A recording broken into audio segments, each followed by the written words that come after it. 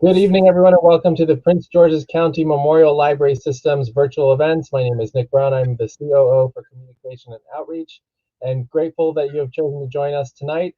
And we have a very special program for you coming up. We are presenting tonight's program along with the Prince George's County Human Relations Commission, which is the county's civil rights education and enforcement agency. We are broadcasting live from Maryland with our special guest who's tuning in, I believe, from Mississippi.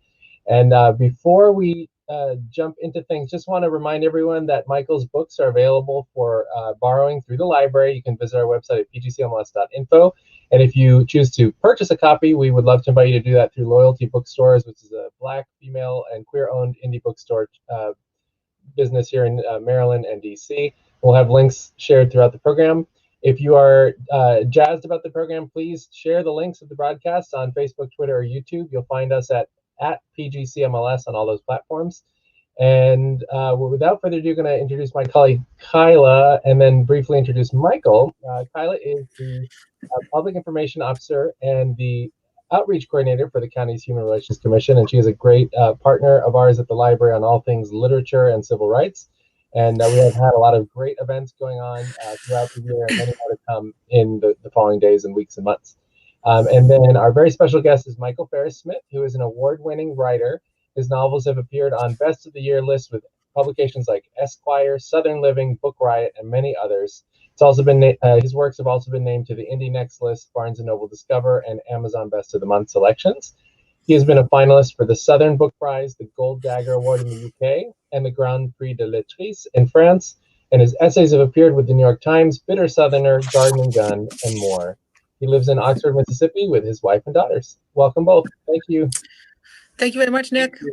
And thank you everyone for tuning in. And thank you, Michael, for being with us tonight from Mississippi. How are you? It's a pleasure. I'm happy to be with you.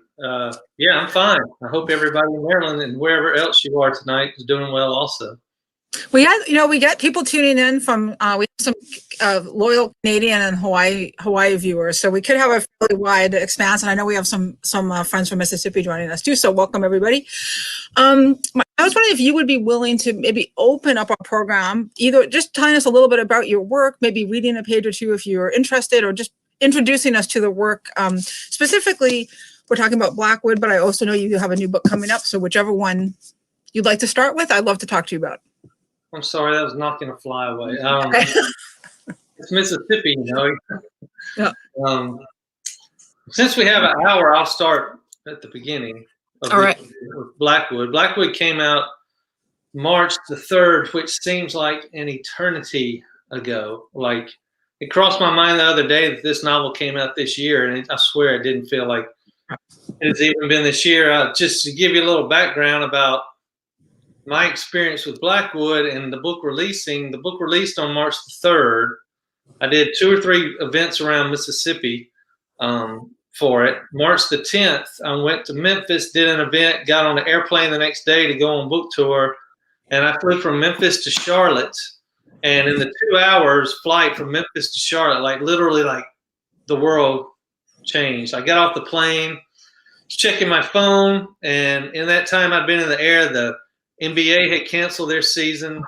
The NCAA tournament had canceled. I mean, like one after another. And all of a sudden, all the bookstores were closed. Like everything was closing and being canceled. And I pretty much, called my publicist and I was like, what should I do? And she goes, I think you should probably just turn around and go back home, which I did, and which was absolutely the right idea. But so yeah, with Blackwood coming out, immediately all the indie bookstores closed down for a while. And so my problems were very small compared to the problems many other people have. I wouldn't even call it a problem, but I was like in mid-flight with this book when the kind of everything changed. So it seems like a long, long, long time ago, even though it was only like, I don't know, 7 or 8 months ago, which I guess maybe in some ways goes along with the kind of novel that Blackwood is. I mean, I'm not ashamed to say that it's a very dark novel. It's I think it's a very spiritual novel in some ways too. I mean, I felt that tremendously in the writing of it. And I think even through the end of it, particularly the last 40 or 50 page, I really felt like this kind of spiritual, almost soulful experience with this novel. and it's Southern Gothic, and things hide in the dark in Southern Gothic. So I felt like almost automatically, I was like, well, of course I would have a novel out like Blackwood when all this is going on. But yeah, for those who don't know, this cover, which is I've always been so in love with this cover. Some of you know what kudzu is, and some of you don't. Anybody familiar with the South or who has driven across the South knows it's the vine that pretty much is eating the South. And I've been around kudzu my whole life. As a kid, there was a tennis court and basketball courts across the street from my house, and there was this patch of forest covered in kudzu. And kudzu will grow on vines, and it'll grow up over trees and forests, and it provides like a canopy, and you can like go under it and move around and play hide and seek and do all kinds of things. So I've always been around it, but in the last few years, for some reason, I began to notice it differently. I think because I live in Oxford, Mississippi, but I have a little writing studio in this little town of about 2,000 or 3,000 people called Water Valley. And so I get up every morning, I take my daughters to school, and then I drive. It's about an 18-mile stretch along the highway, and it's just acres of kudzu. And it grows up over the trees and down the creek beds and everything. And I began to notice it differently. Like it almost seemed to come alive to me. And if you've ever seen it like grow up around telephone poles or cover like a ridge or a bluff or cover trees, it almost like takes a figure on the shape of like a figure, And particularly in the twilight, I began to just kind of notice it differently, almost as if they were monsters and they might be moving a little bit. You know how things look a little bit different in the twilight. So I just kind of began to imagine what if something like The Shining had been set in the North Mississippi Hill Country, and instead of like a big hotel out in the mountains covered, surrounded by snow, what if we had a kudzu covered valley? And there's this little town on the edge of it. And anybody who's grown up in a small town knows how stories kind of get told and told again, like generationally. And I grew up in small towns, and I remember like being told stories as a kid, like, you don't want to go in that house over there, or you don't want to go down that street because this and this happened, or that's haunted, or this and that.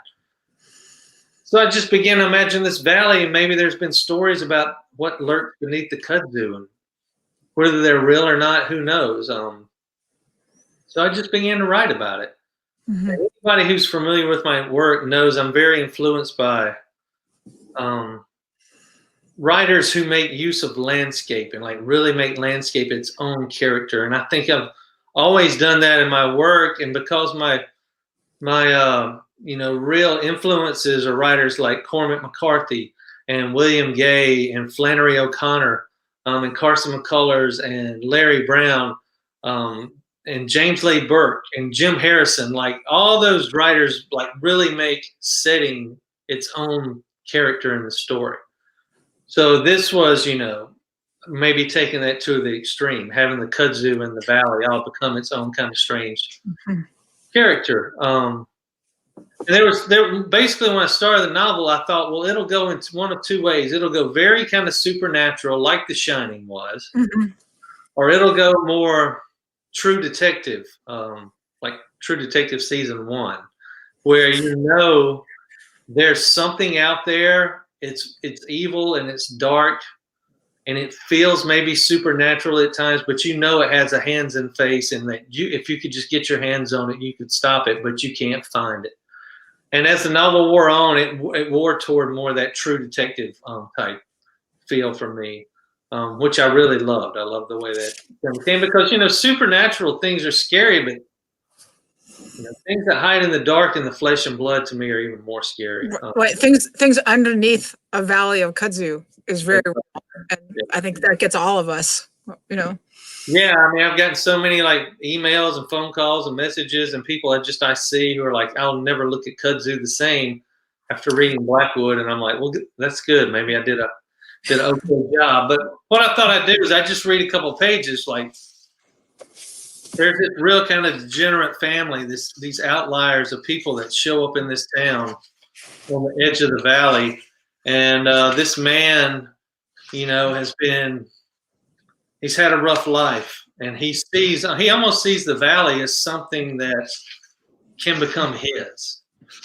Something he can kind of make his own kingdom in a strange way. And I'm just going to read a couple of pages when he kind of goes walking for the first time. Their car comes into town, it breaks down. He gets out in the middle of the night with the intent of leaving the woman and the boy, his wife and his son that are with him. And he just starts walking, and he comes to this valley, and he's just really like grasped by it. And he ends up turning around and going back and deciding this is where I want to be. But I want to just read you, what he sees, because I guess it was what I saw when I wrote it. That was what I saw too. So I'm gonna read just those couple of pages.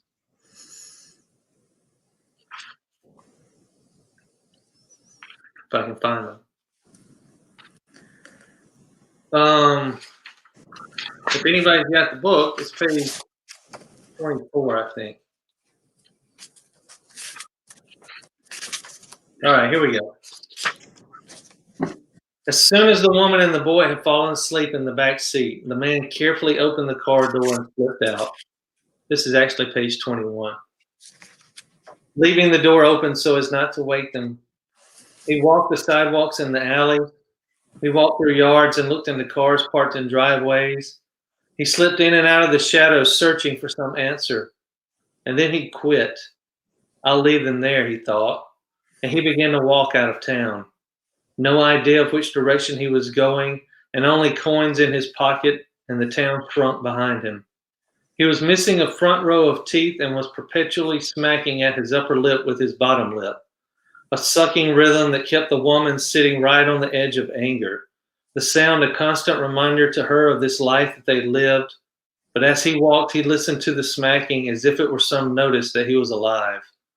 A lone effigy moving through the moonlight. He walked and wondered and then imagined falling into a big black hole that had no bottom. Falling with his arms and legs spread wide and no fear of what was below. He turned and looked back at the few faint lights of town, and then he kept walking until he came to the valley. The moonshine gave a pale light across a land covered in kudzu. The rich green depths and rises and falls of trees and hillsides long since conquered by the timeless vines. The man gazed across the great expanse of green, captivated by the reach of the kudzu, by the multitude of heart-shaped leaves that seemed to wave to him as the night wind swept down through the valley. He stood on the road and the kudzu came right up to its edge, one step from the bumpy asphalt. He knelt and took the end of a vine in his fingers, and it was thick like a pencil and rough and scratchy. He then touched the leaf, slick and smooth. He snapped it from the vine and held it flat in his palm and stroked it with his rough fingertips as if trying to soothe it to sleep. He carried the leaf as he kept walking, the road turning in a long curve that wrapped around the valley, the vines hanging down from clumps of forest that served like some curtain into the backstage world below the kudzu, and into it the man entered, standing there among the trees, moving deeper inside, the kudzu canopy above blocking out the moon glow, and in the dark he heard things and imagined more things, and he hurried back out to the road, his breath quicker, his heart quicker, the sides of his mouth bent up in a smile. He no longer wanted to leave. He no longer wanted to walk off into the night. He picked more leaves from the vines and he squeezed them in his hands as he hurried back toward town, the eastern sky beginning to change from black to blue. He kept looking over his shoulder as he walked as if to make sure the valley had not been part of a dream, and just before first light he returned to the car. He reached into the open window of the back seat and shook the woman by her shoulder and did the same to the boy.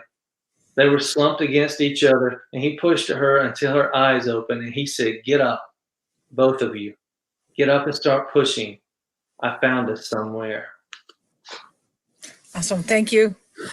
I love the kudzu imagery, and that's someone. So I'm not from places where kudzu. I'm actually from Canada, and so I don't know why I always sound really Canadian when I say I'm from Canada. But so when I went to Mississippi for the first time, which is when I met you in 2017, I had never been to the Deep South. So I drove from Maryland and went into Georgia and Alabama and Mississippi, and kudzu is really beautiful. Yeah. So if you don't know it for like its life smothering properties, it is this really beautiful. It just makes everything look really green. And so one of the things that I love about the book that you've done here is you're also, I mean, you've got this life clogging force that on the surface, you know, can actually look, it can look creepy and it can also be beautiful. And I thought that that was such a wonderful metaphor for what's happening to people in the story. So being led further and further into darkness. Yeah, thank you. You're right. I mean, it can be beautiful. I mean, it's in the summer and in its peak months, it's so emerald and just green, and like you can look at it in the waves and just, and even the way it like takes over things. There's like something very manipulative about it, and something when the sun is right. I mean, it's just like the depth of the green and just the depth of the way it is pretty naturally incredible. But like you said, at different times of the day, it can really change. And when the sun starts to go down and you get that dusky twilight, it begins to take on almost like this different form or this different mood and this different feeling. So, I mean, I think it did seem like a metaphor for the light and dark kind of what was going on in this little town. Yeah. You have and I saw it in this passage too that you read where you remind me, okay, like in the early 90s, I read a lot of Roddy Doyle. Are you familiar with Roddy? You know, he wrote Commitments in the Van and Patty Clark, ha ha ha. And when I read that in the 90s, the early, like that was the first time I had seen somebody really play with form in the way that he did with, you know, no quotation marks for speech and these, you know, using descriptive words, the sentence fragments. And I see that in what you're doing. I know you mentioned Cormac McCarthy as an influence. And I think what I get as a reader from that is this real tension and this immediacy into the story. Did you, I guess what I'm wondering is for you, was that a deliberate choice or did the story demand that from you or both? Well, I think deliberate choice is is kind of the right way to put it and the wrong way to put it. It's just become I think the evolution of my style from over the years. And it's just very organic, and it's just the way the sentences come out and the way I mean, the periods fall when they may, and if it feels like a fragment, then it's a fragment. I don't really go back and check those things afterward. I've learned to trust the music of the language, which is something that you know, in my beginnings as a writer, some of my first real influences were the expatriates, the lost generation. And one of the things they often talked about was how you should compose lyrically. It should sound like music, whether it's a poem or a sentence or whatever. So that's kind of always been in the back of my mind. I think the way things come out in the language and so forth, and in the grammar or whatever the hell you want to call it, with my work is just the essence of kind of the writer I've come to be, and like the way I hear the things and the rhythms that I, you know, hear in my head. And you know, if you know, a 4-word fragment can be as powerful as a 120-word paragraph if you hit it just right. So it's nothing like I said, to call it deliberate. I guess that's true because it's just the way it is. But I mean, I don't think of it, and it's nothing I like really consciously work to do, which I think really there can be power in that, and letting something else kind of take over and do your work for you, and not freaking out too much about if I open up the elements of style and look at, you know, how's this gonna match up. And fortunately, I've had copy editors who have grown with me too. I can remember, like with Rivers, for instance, my first novel, all the commas I had to take out after the copy editor had it. And then with each novel, it's like the copy editor gets it. And I think with Blackwood, I mean, maybe every time they would like stick in a comma or like suggest putting something together, which was only like a handful of times, they would ask me if it was okay instead of just doing it. And I was like, okay, now we're getting somewhere. Yeah. No, it's great. Like I love the tension in the book and the darkness. And so I had also read one of your earlier books, Desperation Road, which also has darkness, but maybe I think ultimately, and from my experience as a reader, it had a little bit more sort of blossoming at hope at the end than I experienced with Blackwood. Mm-hmm. And oh, I love Desperation Road while we're having this chat. So ready? Desperation Road, 10 out of 10. One of the things like that got me with that book, and I see it in Blackwood and our work with the Human Relations Commission. So we look at discrimination and inequity. And one of the things that I'm seeing in your books is talking about, really like economic, like the crushing weight of poverty or lost opportunity, and how people, based on things that have happened to them or that maybe they did or that it was done to them, that how much there's a cascading series of events that can follow, like just a cascading series of tragedies really that can follow. Right. And I mean, is that a conscious like decision sort of to use your powers for good in terms of like illuminating some of that? Does it just come to you, or is there a vision behind that? Because I find as a reader, I find it very powerful. That's a good question. I think it's just my vision of the world that I see. I think one of the most dangerous stereotypes in this country, which we have seen magnified in the last 4 years, is that people on the bottom aren't trying, that they somehow deserve to be there, that they're not working hard enough, that they're not good people. They've done something has happened in their life along the way that has somehow deserved to put them where they are. And I know this firsthand because I'm married to a social worker, and I've been married to her for 20 years, and I've been privy to her struggles helping people who are born on the bottom, and they fight like hell to try to get off of it, and how everything is stacked against them. Right. And people who don't have to deal with that cannot understand that. And the lack of empathy with that is a big problem that we have in Mississippi. It's a big problem that we have in the country, which has become evident.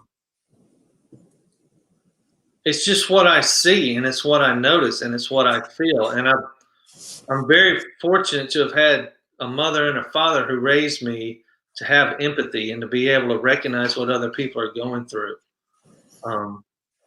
The other part of that is that, to me, desperate people make the best stories.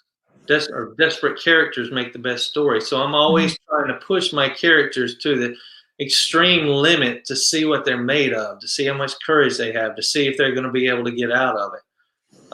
It just so happens that things I notice in this world kind of find their way onto the page, not biographically necessarily, but I take the images and kind of like going back to the visions of things that I see, and I try to imagine what somebody's life might be like. And I know it's hell, and I know you can fight like hell and still end up not winning.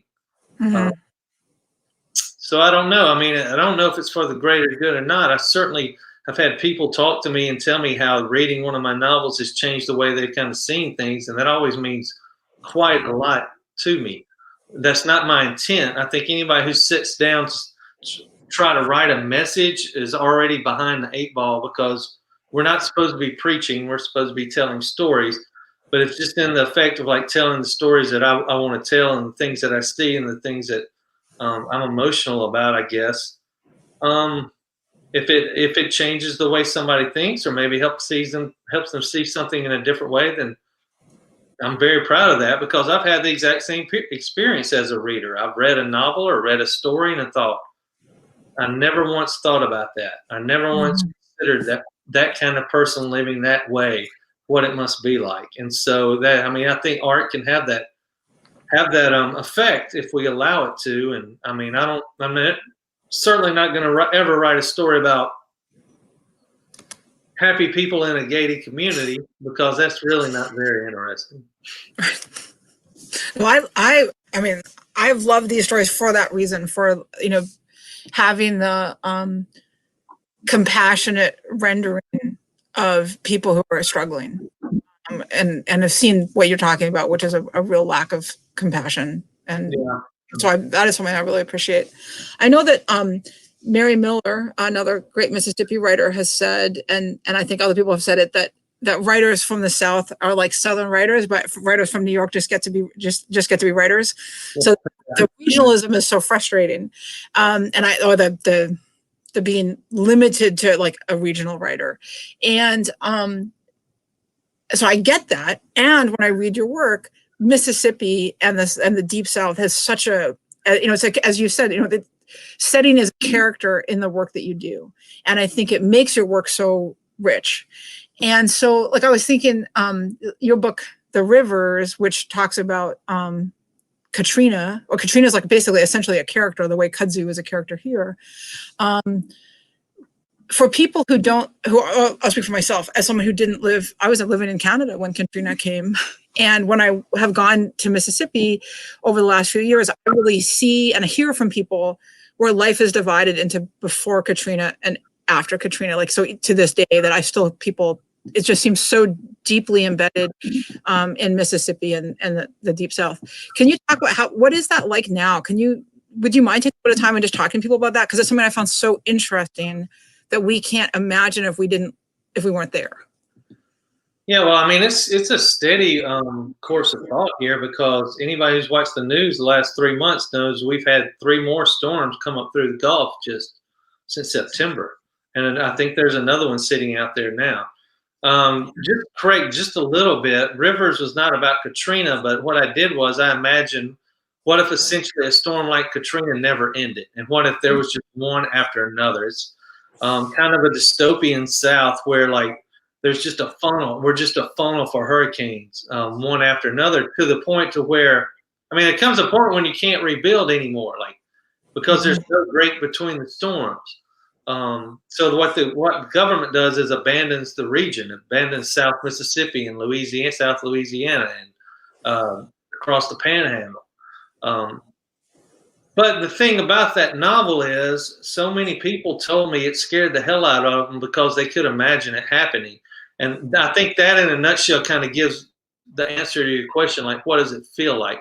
It's like we always know something weather-wise is around the corner, and it's getting worse. Even if the storms aren't Katrina-like storms, they're still Category 2 hurricanes, and they come and they flood.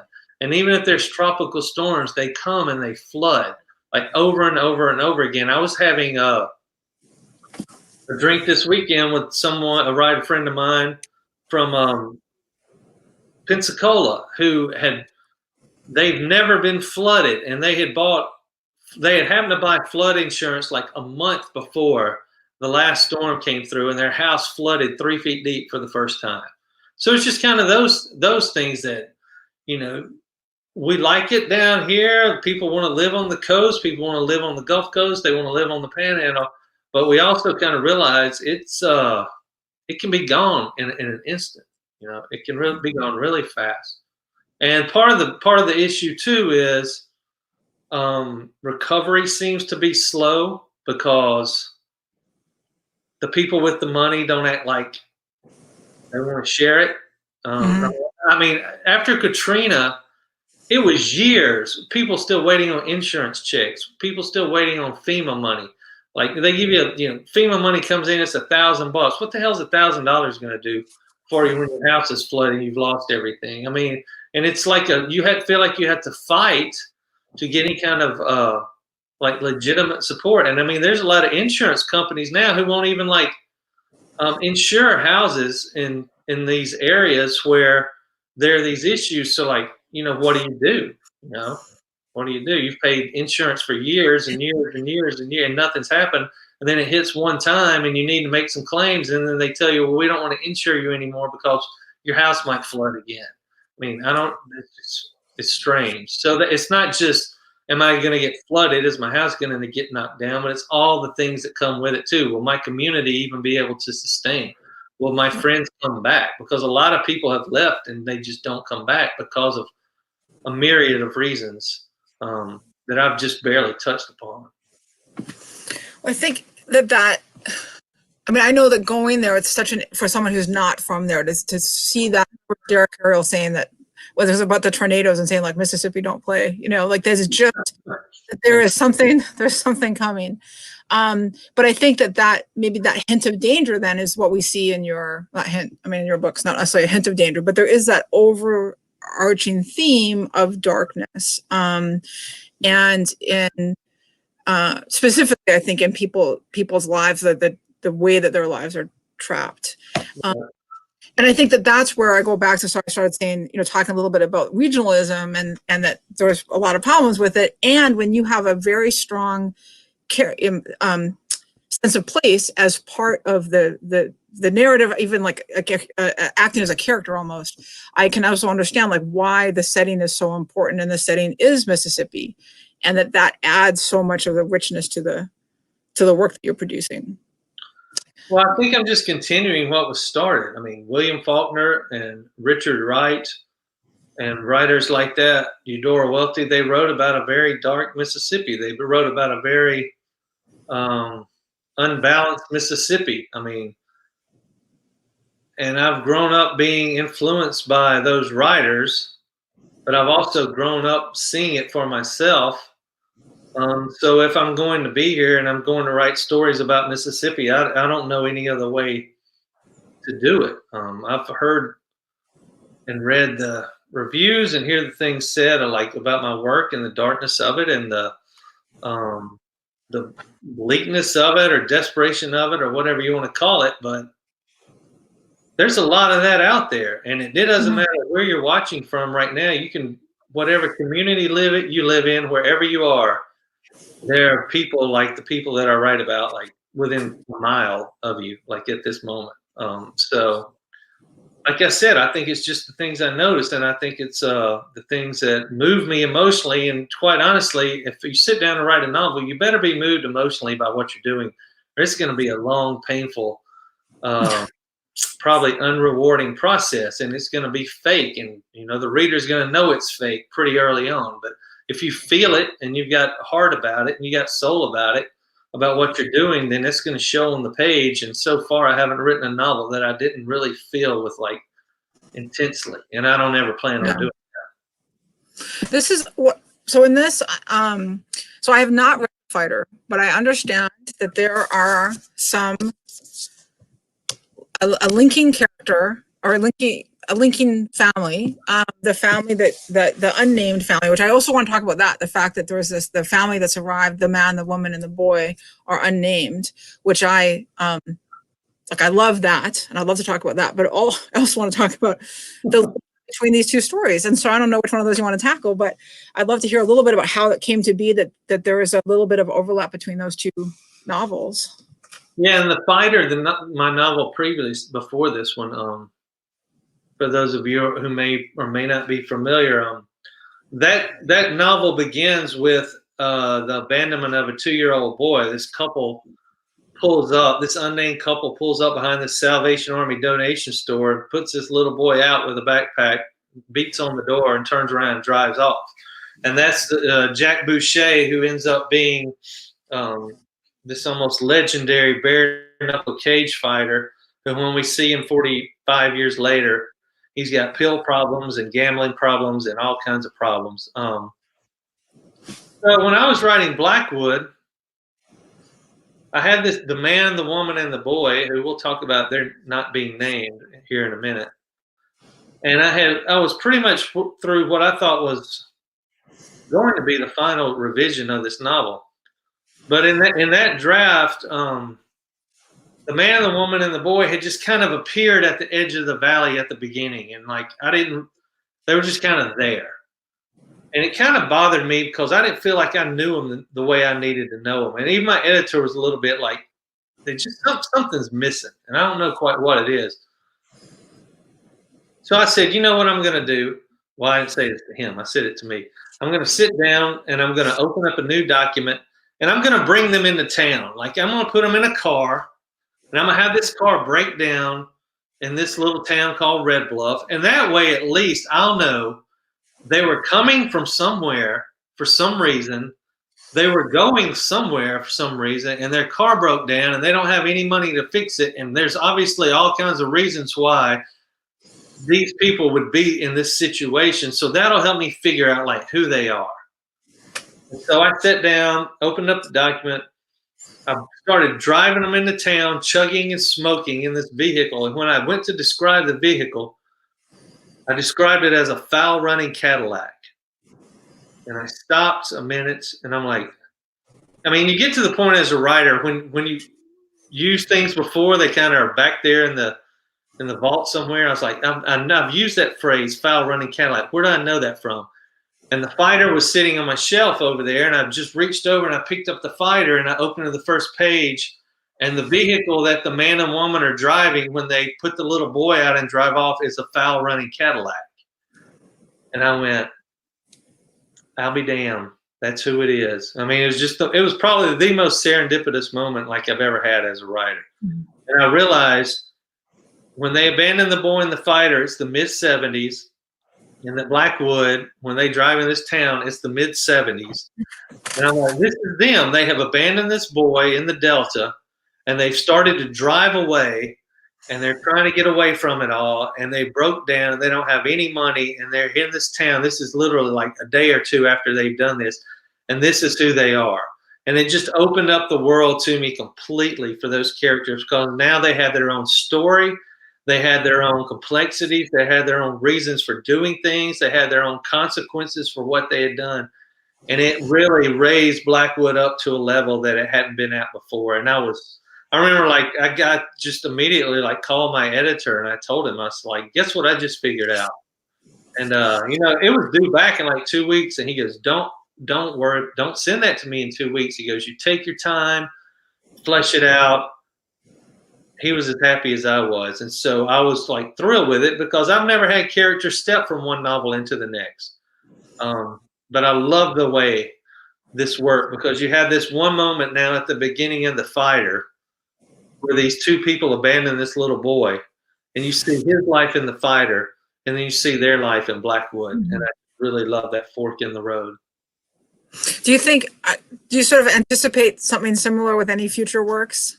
I don't know. Like it's really like made me like kind of keep my eyes open for something like that, though. Which, if somebody were to walk into or cross by or see someone, like I don't know. I think it's possible it's going to happen again. I'm not going to say like where. Like I don't have any plans to like, sit down and write an offshoot of any of my characters from other novels, but I certainly will keep my eyes open for it to see if see if it happens again.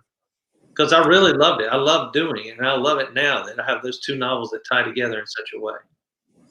Yeah, I know that it makes me really want to go read that story. I want to go read. I haven't got to the fighter yet, and knowing that connection, it's like, oh, I really want to find out what happened to that little boy, because in Blackwood, we see a little boy. Also, we see a little boy being abandoned, and now knowing that his story out there is really intriguing. Yeah, you should definitely read it. So tell me about the man, the woman, and the boy, because I do love that too, and I did like it's such a great thing to do in a story.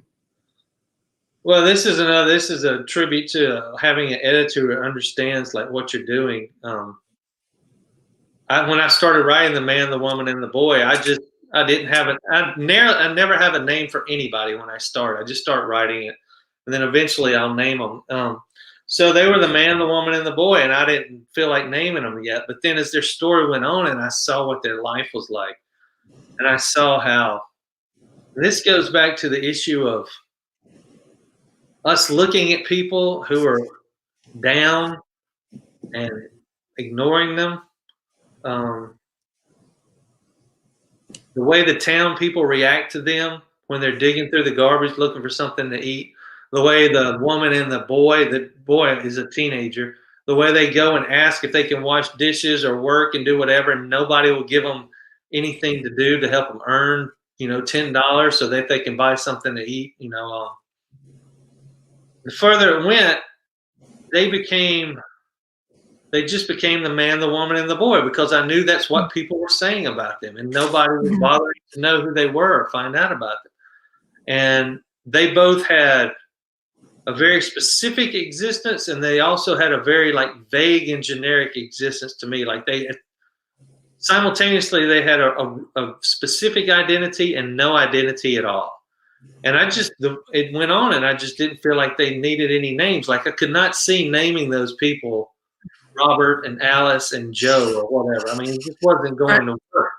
So I just left it. And then when I turned it in, my editor was like, I love that you have not named these people because they are nameless. I mean, they are just these people who move around us that aren't being noticed, and it just works. And I mean, I was ready to have that argument, but I didn't have to have it at all. And I think I just think it goes with the story. Yeah, totally. I think a name would have pinned them down in a way that I wouldn't have known except having seen them not named. And yeah, it absolutely works. And I love the idea that it's also capturing this namelessness. And again, with the poverty and the struggle and the way people are seen or not seen when they're in that situation. We are actually getting to like rounding the bend a little bit here. And I do want to give you an opportunity to talk, if you would like to, I would like to, about your new project, because it's really exciting. And I also think it seems like quite different than what you've done previously. So I thought I would let you tell people what your new project is or when it's coming out and everything, because I think it's fantastic and very different from what we've been talking about up until now, I think. Yeah, sure. I have a novel coming out in January 5th, actually, which is called Nick. And it is a prequel to The Great Gatsby. It's the story of Nick Carraway, the narrator from The Great Gatsby. Which, it is different. I think for readers, people who are familiar with my work, it's different. But I think knowing myself and my original influence of like the Lost Generation in Paris, and having been an expatriate and having lived in Paris in my 20s and experienced some of those things, it seems almost like very natural to me also. But Nick was something that scared the hell out of me when I had the idea for it after I reread Gatsby like 4 or 5 years ago. As a book that I read in my 20s, a book that I read in high school, and both times I was like, I do not get it. I don't understand what the big deal is. I tossed it aside. But then after living abroad for 4 or 5 years and being separated from home and country, coming back to Mississippi at 29, 30 years old and starting to try to write when all of my other friends had gotten married and had babies and gotten jobs and bought houses and done things like that, and feeling really like an alien. I read Gatsby again 4 or 5 years ago, and it's like, I don't know, man. It's just like everything sung to me. Every word, every kind of thing, everything that Nick was feeling just really just spoke to me in a way I wasn't expecting.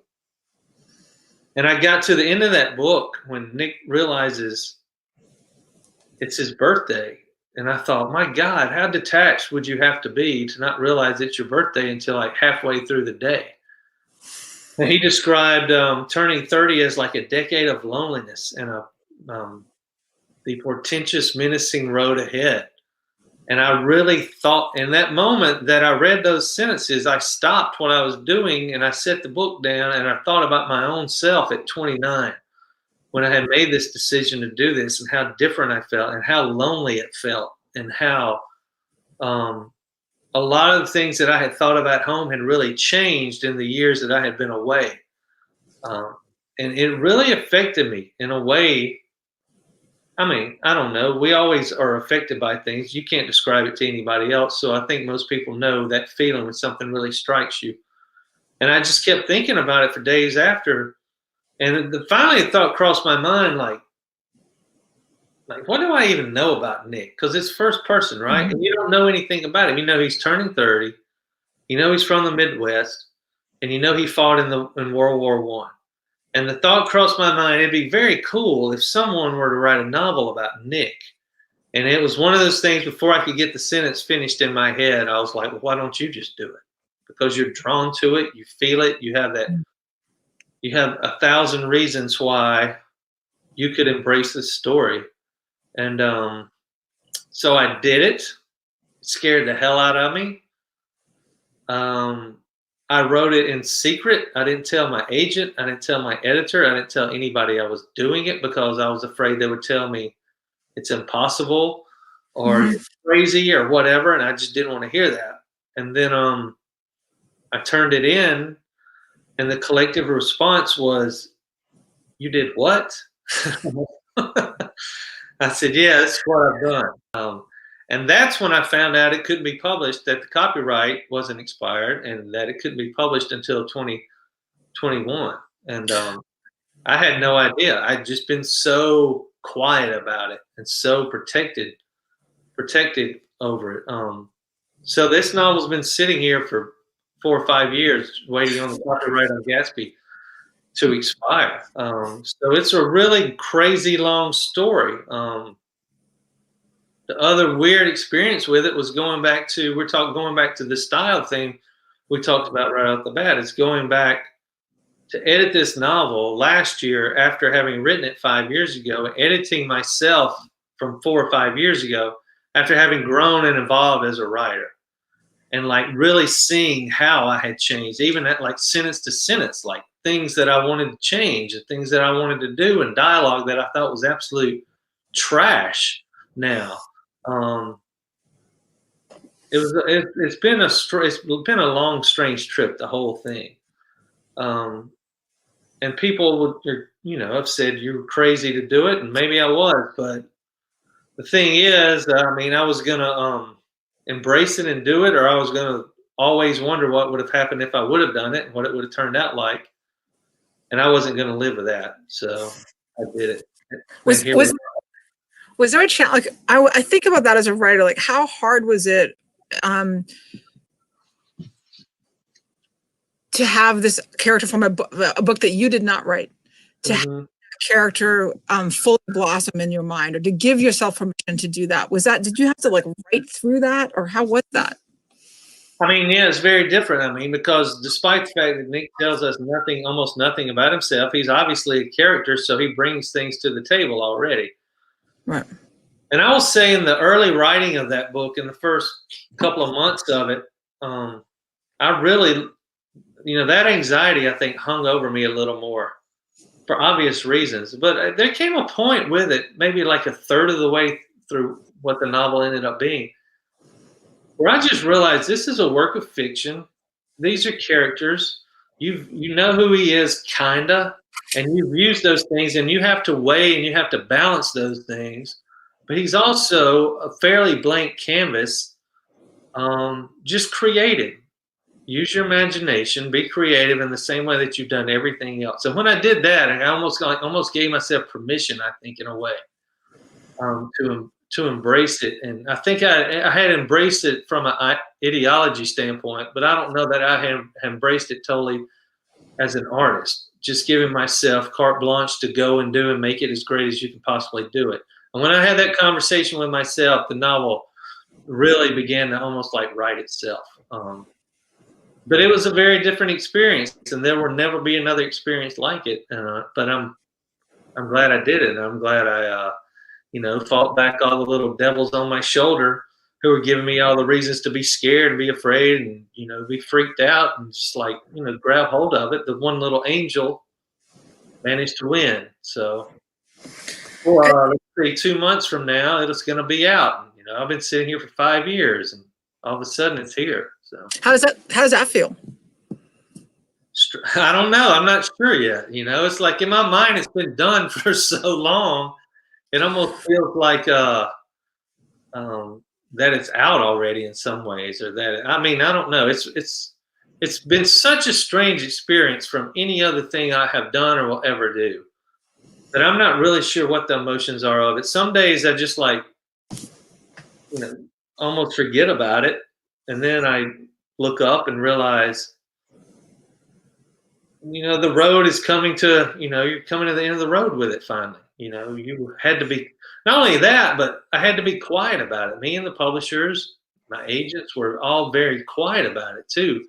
Like, we don't want to talk about it. We're not going to tell anybody about it. I mean, the novel was announced in July, and, everybody acted like, oh, this guy has agreed to write the Gatsby prequel. I was like, no, this has been done, man. It's been done. It's like, this is over with, But we were very quiet about it for also a myriad of reasons. So it wasn't just like having done it But now you can't talk about it to anybody, which I didn't for 4.5 years. So it's a little bit of relief to be talking about it. But the important thing was I kept writing. Like when I realized it couldn't be published, okay, well, I had kind of started on Desperation Road. I finished and published Desperation Road. I did The Fighter. I did Blackwood. And now I'm very happy because I'm a better writer now than I was then. So when it came time to revise Nick, it's a better novel now than it would have been 5 years ago. You've had a lot coming out, and you've also got 3 movies on the go. Am I right about that? Yeah, that's right. The Fighter is actually going to the screen name will be Rumble Through the Dark, because there was a great movie some years ago called The Fighter with Christian Bale and Mark Wahlberg. It's actually planned to shoot in March, and I wrote the script for it. And then Desperation Road and Blackwood both have been optioned, and I've done the script for that. And I hope Desperation Road has a real possibility of shooting next year too. I think Blackwood's probably going to be the year after because it's the same directors who are doing The Fighter. And so our year is going to be gobbled up with shooting March and April. And by the time they get done with post-production, the kudzu is going to be dead. So, like, we got to have the green kudzu. Right. So, yeah, 3. So you have a lot. And I mean, I see a question. We have a question come in, and it sort of feeds into what I'm wondering. So I'm wondering what other projects you have going on. And as you consider that, I will also say we have a question here that's wondering about how you structure your writing. How many hours a day? Do you just work when you're inspired? How do you deal with writer's block? So it's a multi-layered question. But I'm also wondering what projects you have, and maybe you can answer all of those at one time. Well, I'm going to rip off William Faulkner with this, if you do it just when you're inspired. And William Faulkner says, it's very important to be inspired when you're writing. And fortunately, I'm inspired every morning at 9 a.m. Which means if you're sitting around waiting on inspiration, you're never going to get anything done. You don't have to be inspired every day, but you can be dedicated every day. Like you can show up. Like my writing life for really since about 2014 has been take my children to school, take my daughters to school. It was in 2014 when I first kind of rented my own little place, my own little office that I'd have to myself. Take my children to school, and then I go right to my studio, and I'm there, and that's my time from 8:30 in the morning till 11 in the morning. And then after that, I've been teaching a full load of classes all this time too. I can go teach classes, and then I got to go pick up children from school, and I get to go be daddy or pay bills or cut the grass or whatever the hell I got to do. But that regiment, that habitual nature has been like a game changer for me, because even if you work an hour a day, and this is going to sound ridiculous to some people, but it's true. If you sit and you really work an hour and a half a day, it's amazing how quickly the work piles up. I mean, I used to just my goal now is 1,000 words a day. And it has been for quite some time. Sometimes I get that and sometimes I don't. Sometimes I sit there for 3 hours and I struggle to get 500 words. Sometimes I'm there for 47 minutes and I look up and something else is taking hold and I have 1,100 words and I'm like, oh, well, I'm good. I can quit now. I'm good for the rest of the day. But I would say to anybody, the habitual nature of doing it is very important. If you can find, even if it's 30 minutes a day, 45 minutes, whatever, if you can go to it. I mean, I go Monday through Friday, and that's what I do. And on the weekends, I kind of let it fester. I kind of let it marinate or whatever you want to call it. But I mean, I got this from, Faulkner talked about it and Hemingway talked about it. Hemingway would say, I'm going to get up in the morning and I'm going to do my work. And then the rest of the day, I'm going to let my subconscious have it, which I find happens quite a bit. So I think it's really important for you or for anybody who's doing it to find a rhythm, find a pattern. It's almost like when you exercise, right? If you exercise at 10 o'clock in the morning every day, go to the gym or whatever, your body gets ready for that. And if like you miss a day and like you have to work out at 4 in the afternoon, it doesn't work the same. It's like your body's a little different. I really think your subconscious gets ready for that time of day when you're going to work. Some people do it in the morning, some people do it at night, some people do it in the afternoon. I don't know. There's a million different ways to do it, but I think the key to doing it is to being consistent and habitual in working. Yeah, that's a good one. And I know that is something that me personally struggles with, but I also know that that's something that a lot of people struggle with. But that everybody that I've heard talk about writing and that are pleased with how they are doing with their writing have that discipline. Yeah. And I think also I got into that discipline, that habit, because I didn't have much time. I mean, I wrote Rivers, my first novel. I had a 4-year-old. My wife was pregnant. I was teaching a full load of classes, and that's a lot of shit right there, man. I mean, anybody who has a full-time job and a small child, and another child on the way, and a wife who's pregnant, and my wife works full-time too. I mean, it's not like, and after our second one was born, like there were 2 small children in the house, and Sabria's working full-time, and I'm teaching a full load. And I wrote Rivers probably working like 45 minutes a day, to be honest. And that's a 100,000 word novel that I finished a draft of in, 12 or 14 months, just because I was there every morning for it, just for a little while. It adds up. And the last part of that question is, how do you handle writer's block? And I handle writer's block by going and working. It's when I have to be away from it for 2 or 3 or 4 days that I start to have anxiety about it. And that's what writer's block is, anxiety and doubt. So even writing 2 sentences, 3 sentences, you feel that anxiety just like flake away immediately. That's all you need. So what do you have going on now? Do you have a new book that you're working on now? No, I'm still doing some script stuff, and not for any of my novels, but actually the directors for The Fighter in Blackwood, I got 1 or 2 things that we're trying to get going with them too. So I'm like doing a little script stuff, which is cool. It's a different way of writing. It's a different thing to do.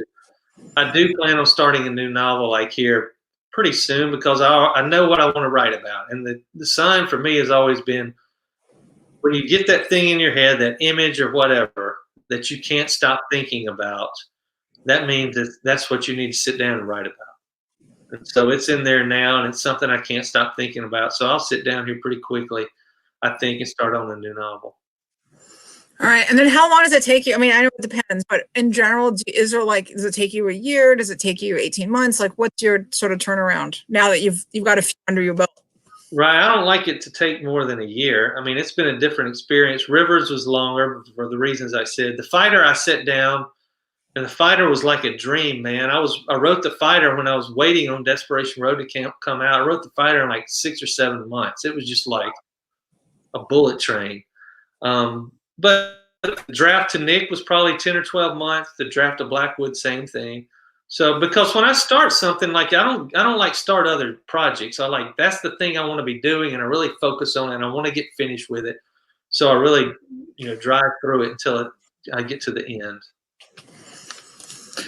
Well, I'm looking at the time, and we are definitely running out of time. So I really want to take the time to thank you for being here and taking your time in 6 o'clock to 7 o'clock dinner time in Mississippi. I really appreciate you choosing to spend time with us today.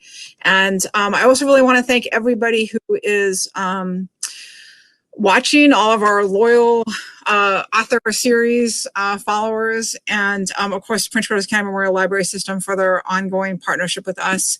Anybody who's interested in reading Blackwood, which you should be very interested in, or any of Michael's other books, do check them out from PGC MLS, or get in contact with Loyalty Books or your other favorite independent bookstore. We have a number of other great events coming up. You can learn about them by going to pgcmls.info/events. Nick will probably put that up on the screen. But I'll tell you about a couple really quickly. Tomorrow night, we are hosting a Prince George's County Veterans Day recognition event in partnership between our office, the library system, and the Office of Veterans Affairs. And next week on November 18th, we are welcoming Randall Horton to talk about his collection of poetry as well as his memoir Hook. And on the 19th, we are welcoming former U.S. Poet Laureate Natasha Trethewey in conversation about her memoir, Memorial Drive. So again, thank you everyone for being here today. And thank you again, Michael Farris Smith, for your time, and be well, everyone.